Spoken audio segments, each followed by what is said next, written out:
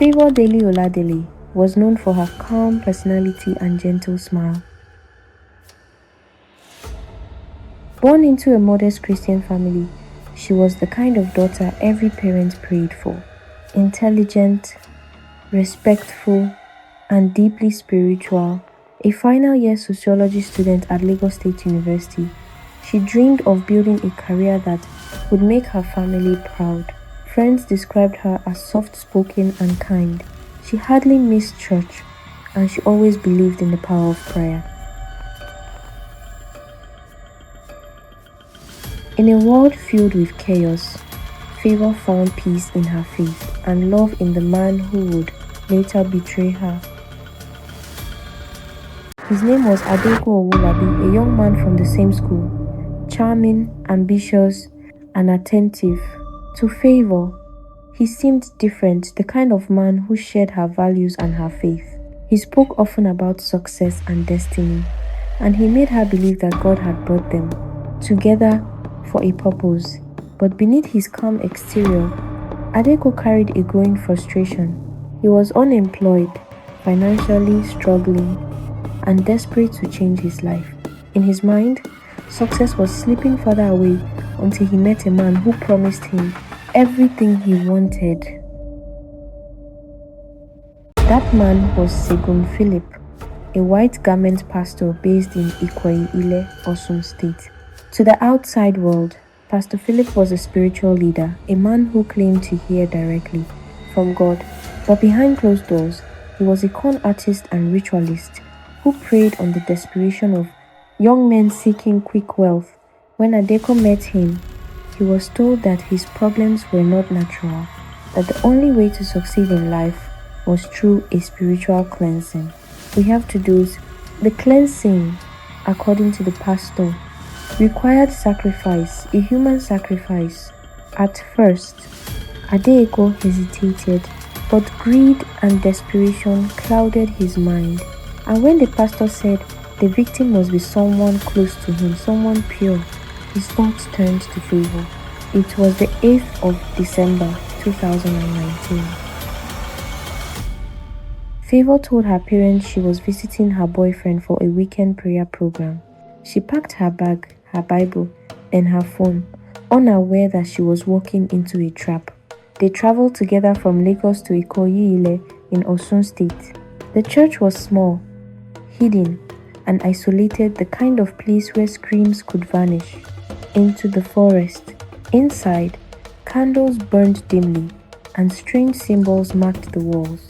Favour believed she was there for prayers of breakthrough. She trusted her boyfriend, she trusted the pastor, and that trust became her undoing. The so-called prayer began with chants and spiritual preparation. The pastor mixed a strange drink and asked Favour to take it. She obeyed, believing it was holy water. Moments later, she began to feel dizzy, weak, and lightheaded. Then everything went dark.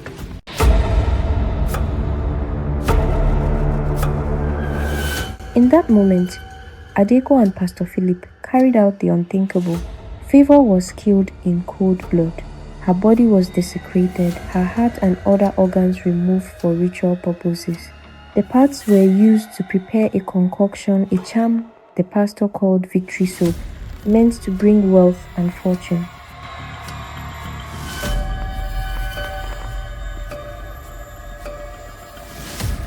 What made the crime even more disturbing was that Adeko's own mother, Bola Owolabi, was aware of it.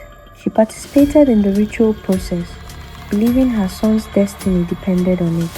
Back in Lagos, Favour's parents waited anxiously. She had promised to call after the program, but her phone was suddenly unreachable. Hours turned into days, and panic grew. Her mother began visiting friends, classmates, and churches. No one had seen her since she left with Adeko. Eventually, they reported her missing to the police. Investigators traced her last phone signal, and it led straight to Osun State. When officers arrived at the church in Ikoyi-Ile, what they found was horrifying. The small building reeked of decay, Inside a shallow grave behind the altar, they discovered human remains. Under interrogation, Adeko broke down and confessed.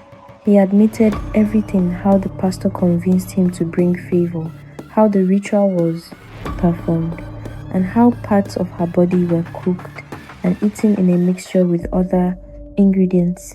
Both Adeko and Pastor Philip were arrested on the spot. Later, Adeko's mother was also taken into custody for her involvement. When news of the murder broke, it spread across Nigeria like wildfire. Social media was filled with anger and disbelief. Students from Lagos State University organized candlelight vigils in Favor's memory. The story was more than just another tragedy. It exposed a dark pattern of ritual killings. Disguised as religion, it showed how blind faith, greed, and desperation could destroy innocent lives. For Favor's parents, the pain was indescribable. Their daughter's dream had been cut short not by accident, but by people she trusted most. The three suspects were charged and brought before the Osun State High Court. The trial revealed disturbing details, evidence of Favor's remains, confessions, and testimony from investigators. The courtroom was silent as the judge read the final verdict. In July 2023, Adeko Owolabi sentenced to death by hanging. Pastor Segun Philip sentenced to death by hanging. Bola Owolabi sentenced to 2 years imprisonment. Justice was served, but it came too late for Favor. Her body had long been laid to rest, but the horror of her death continues to haunt those who knew her. After the verdict, the story sparked nationwide conversations about the dangers of fake pastors and the growing desperation for money rituals in Nigeria. Church leaders began to warn members to test every spirit. Parents reminded their children that not every man with a Bible speaks for God. Favor's name became a symbol, a warning that love can sometimes lead into darkness when blinded by trust. To this day, her grave in Lagos remains a quiet reminder of the cost of misplaced faith. Each year, students and friends visit to pay tribute, lighting candles and praying for her soul. Favor Daily Oladele's story is not just about murder, it's about how human greed twists faith into a weapon. It's about how innocence can be exploited in the name of spirituality. She believed she was walking into the house of God, but instead, she walked into the house of death.